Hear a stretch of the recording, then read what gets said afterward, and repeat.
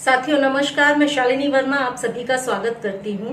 आज मैं आपको देने जा रही हूँ कुछ खास टिप्स अगर आप भी कुछ मैनिफेस्ट करने के लिए आगे बढ़ रहे हैं।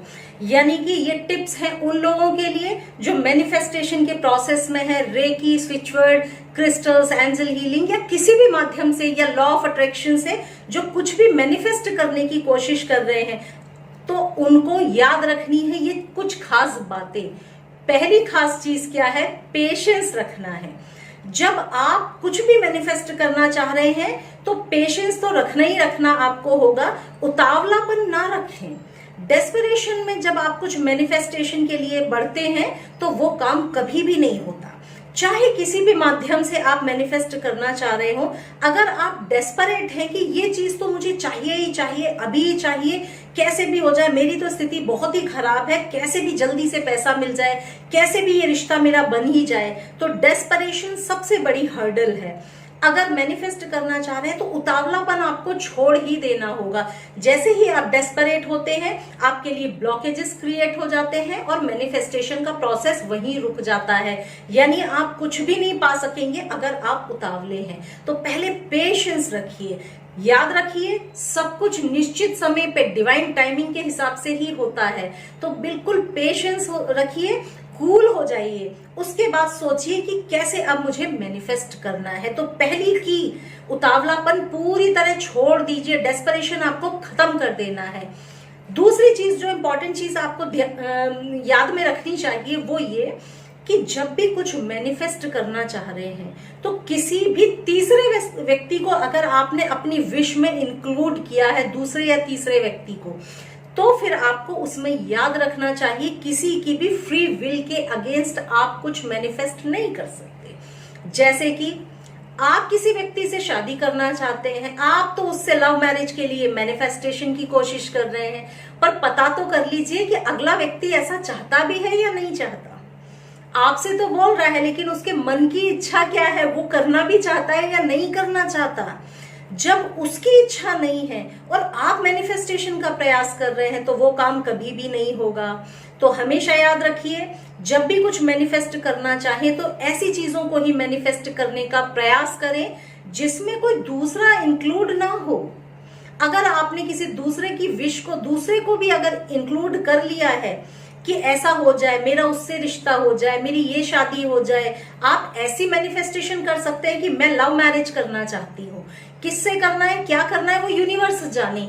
मैं लव मैरिज करना चाहती हूँ, तो इसमें कोई दूसरा व्यक्ति को आपने इंक्लूड नहीं किया, आप अपने लिए कर रहे हैं कि आप लव मैरिज करना चाहते हैं। तो ये मैनिफेस्ट हो सकता है। पर जैसे ही आपने दूसरे व्यक्ति को इसमें इंक्लूड कर लिया, मैनिफेस्टेशन का प्रोसेस हो सकता है रुक भी जाए, ब्लॉक भी हो जाए। और अगर वो व्यक्ति भी चाहता होगा तो सिचुएशन अलग है, लेकिन उस व्यक्ति के मन की बात क्या है वो जब तक आपको नहीं मालूम है, आप नहीं जानते, क्योंकि यूनिवर्स तो ट्रू थिंग को जानता है। हो सकता है आप सच्चाई ना जानते हो।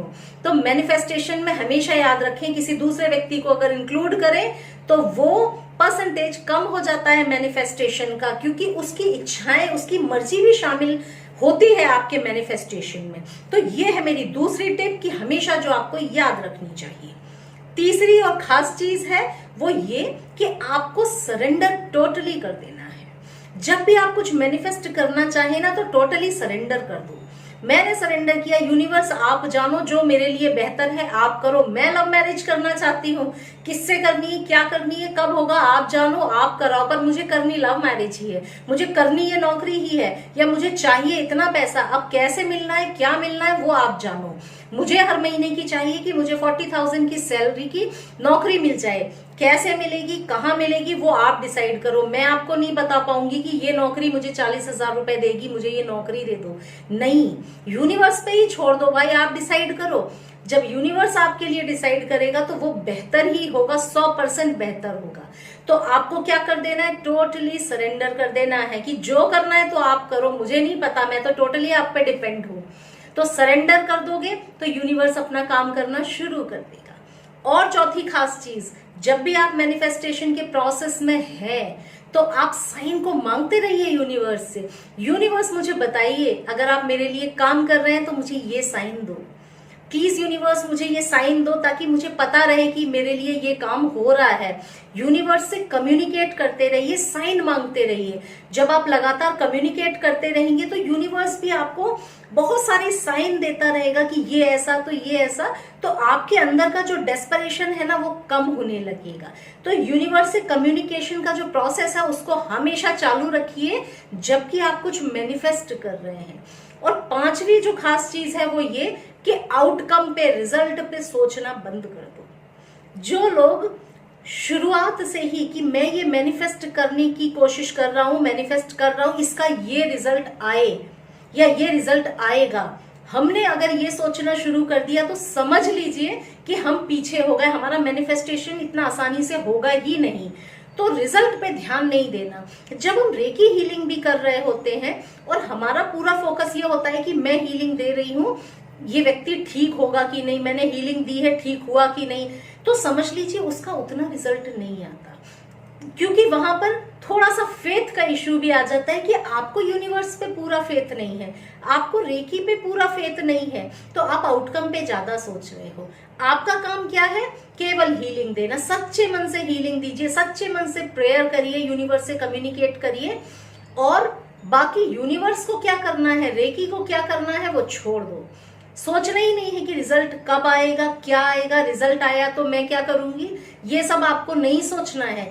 जब सही समय आएगा, जब आप उस योग्य हो जाएंगे कि आज यूनिवर्स आपको वो चीज दे और आप उस चीज को संभाल पाए, तो आपको वो चीज मिल जाएगी। तो साथियों, ये हैं कुछ इंपॉर्टेंट टिप्स। जबकि आप मैनिफेस्टेशन के प्रोसेस में हैं, किसी भी माध्यम से आप कुछ मैनिफेस्ट करने की कोशिश कर रहे हैं, तो इन सारी चीजों को दिमाग में रखिएगा। उम्मीद करती हूँ आप लोग पसंद करेंगे आज का वीडियो, और मुझे सजेशंस दीजिए किन टॉपिक्स पे आप लोग वीडियोस चाहते हैं, कमेंट सेक्शन में लेकिन लिखिए। मुझे पर्सनल व्हाट्सएप नहीं करिए क्योंकि मैं सबके व्हाट्सएप इतना नहीं देख पाती हूँ, मेरा शेड्यूल थोड़ा बिजी रहता है, मेरे क्लासेस रहते हैं दिन भर। कमेंट्स में लिखिए, मैं दिन भर में एक आध बार कमेंट्स जरूर चेक करती हूँ। कमेंट्स में लिखिए, मैं उन टॉपिक्स पे भी आपके लिए वीडियोस बनाऊंगी। अगले वीडियो में फिर मिलूंगी, तब तक के लिए नमस्ते।